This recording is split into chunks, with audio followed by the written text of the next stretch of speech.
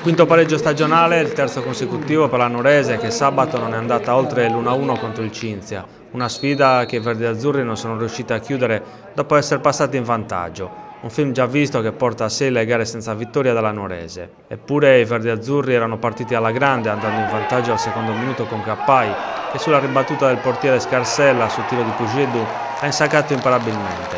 La Nuorese ha insistito e ha sfiorato il raddoppio all'11°. Sugli sviluppi di una punizione battuta da Alessandri, Cadao da fuori area ha costretto Scarsella alla deviazione miracolosa in corner.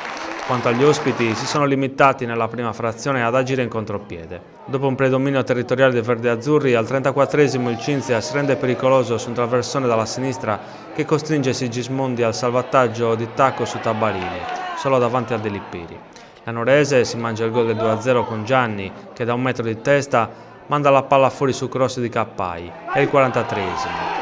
In avvio di ripresa c'è un'occasione per la Nuorese con Pugedu, che servito al centro da Cappai liscia clamorosamente il pallone, che tuttavia arriva a Cadao. L'attaccante prova la conclusione ma manda alto. È il primo minuto. La Nuorese prova a chiudere i conti. Pugedu, uno dei più attivi, al nono si mangia un gol su assist di Cappai, mandando la palla fuori.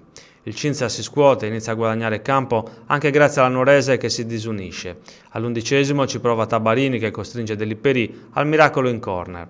Al 24° c'è la replica di Cadao che costringe Scarsella alla deviazione in angolo. Gli ospiti vanno vicini al gol con Peressini che calcia da fuori un diagonale su assist di Damiani. È il 34°. 2 minuti dopo arriva il pareggio del Cinzia. Su corner Tabarini spedisce in gol una palla vagante.